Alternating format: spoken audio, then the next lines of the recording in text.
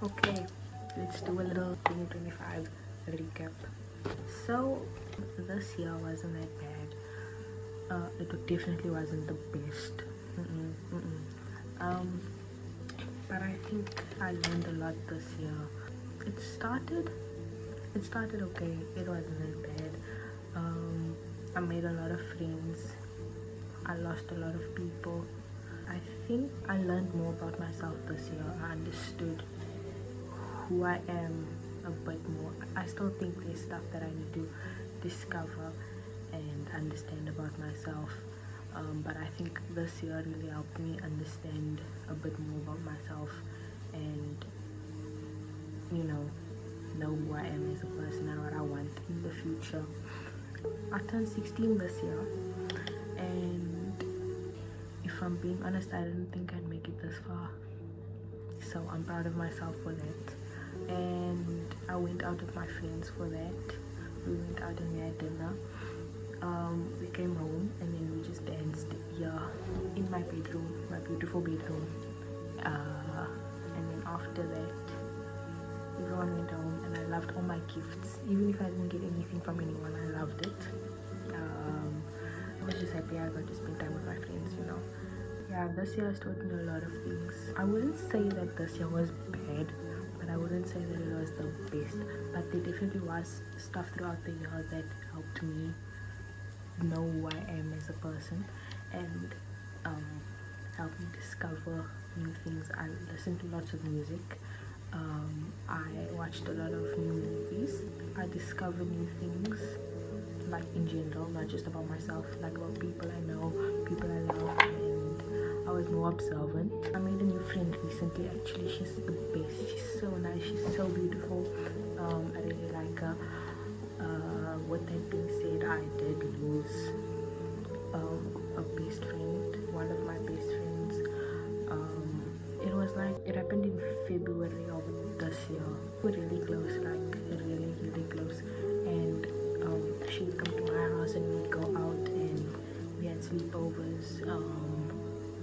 We were really close. And then just one day, it just ended because of a little misunderstanding, I guess you could say. And I don't speak about it anymore because I feel like my friends are kind of tired of hearing about it, seeing that it happened almost a year ago. If you think about it, 10 months ago, basically, it happened 10 months ago. And I just don't want to be a burden on my friends and like carry on speaking about it, but it's like it ended like 10 months ago. Why are you still on it to check? So I try not to speak about it, not to bother my friends, but it does affect me quite a bit. I also had a lot of free time since we weren't friends anymore and our friendship was over. I go on walks around my neighborhood and I want to start drawing more because I lost my passion for drawing. I finished and started a lot of shows this year. I'm currently watching Dexter. It's the 29th of December and I'm watching Dexter. I'm on like halfway through season 5. It's really good. I would definitely recommend it. I finished 13 Reasons Why in January. I rewatched on my blog. I watched BoJack Horseman. I loved it so much. I watched so many movies. I read quite a few books actually. Not too many, but quite a few. I think entering the year I was with this mentality that everything is gonna go my way. Nothing's gonna go wrong. And then what? Almost everything went wrong. But that's not to say that this year was entirely bad. There was good moments. I did make new friends. I did have new learning experiences. There was good times. I did go out with my friends. I did have fun here and there. But overall, mostly for this year, I was alone. I feel like I was alone. There were many, many times I felt as if I had no one to run to with my problems, no one to speak to about the things I was feeling, especially not my parents. But I think we all feel like that, like as if our parents don't understand us. I know they just want what's best for me, but I can't help for the way I feel. I do feel bad for feeling that way. But at the end of the day, what happens happens. I've also been wanting to make short forms lately. I have this vision in my mind with certain things and I wanna like project it visually. like I have this thing when I listen to music, I can like see the music. Does that even make sense? Like not music notes, don't get me wrong, I don't do music, but like I can see the music, if that makes sense. I can visualize it, like I can feel what the artist felt when they were making the song. That's how I visualize music, and I've always been this way since I was like a little baby, and I want it to come to life, you know. With all my free time, I think I discovered I wanna open a coffee shop one day, because my whole life it was a whole thing of like, I don't know if I wanna be a lawyer, because I wanted to be a lawyer, but now I'm getting older. I'm grade 11 this year, so I don't know if I wanted to be a lawyer and pursue anything within the law field. But I also feel like it is quite interesting, like anything having to do with law and politics, because I think it's quite interesting, but I just don't think I fit anything in the job description.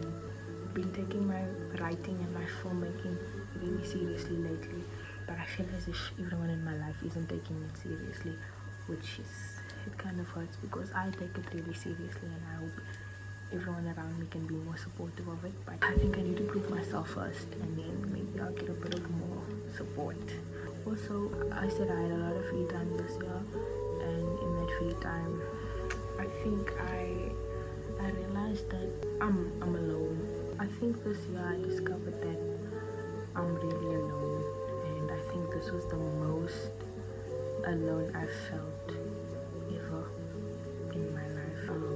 But I find comfort in being alone, but being lonely is like a completely different thing, and I was lonely this year, because I look at like my friends and everyone has like their person, and then I lost my person, so I don't have anyone to speak to at all.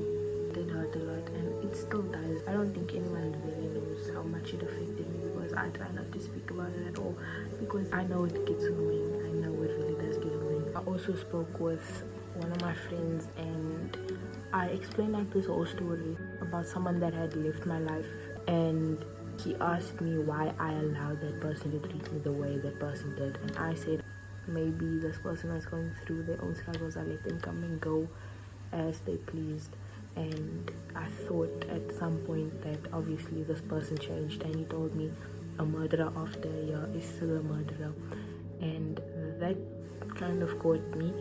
That was something that stuck with me throughout the rest of the year, and though it's such a simple quote, it put a lot of things into place, and I was like, damn, maybe this person didn't change. That kind of stuck with me for a bit, and I do miss that person though a lot. I think about that person every day. I discovered lots of new artists, but obviously my love for Billie Eilish, it still stands, still there always. But yeah, I'm excited for grade 11. Stressed, yes, but overall I think I'm ready for the new year with everything else that's happening, and hopefully next year I get to discover more, listen to more music. So overall throughout this year, am I happy? I'd say I'm at a place where it's like half and half, because I do feel sad like every day, but there are those times where I feel happiness, and then I know that I could feel like this for the rest of my life, and I can work towards that.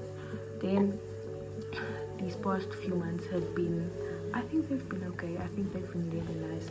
There's this TikToker, and I think he's the coolest. I'm not gonna say his name because I want to gatekeep him, but he has the sweetest soul ever, and the way he interacts with his comments under his videos, and the way he expresses himself through the way he dresses and the way he speaks and makes his videos, I find that incredibly beautiful. And he's been replying to almost all my comments lately, and I see him as an inspiration, and having my inspiration know my name and reply on my comments underneath these videos, it means the world to me. It means the world to me. So if he's watching this video, which I highly doubt, I love you, twin. But yeah, it's worth it though.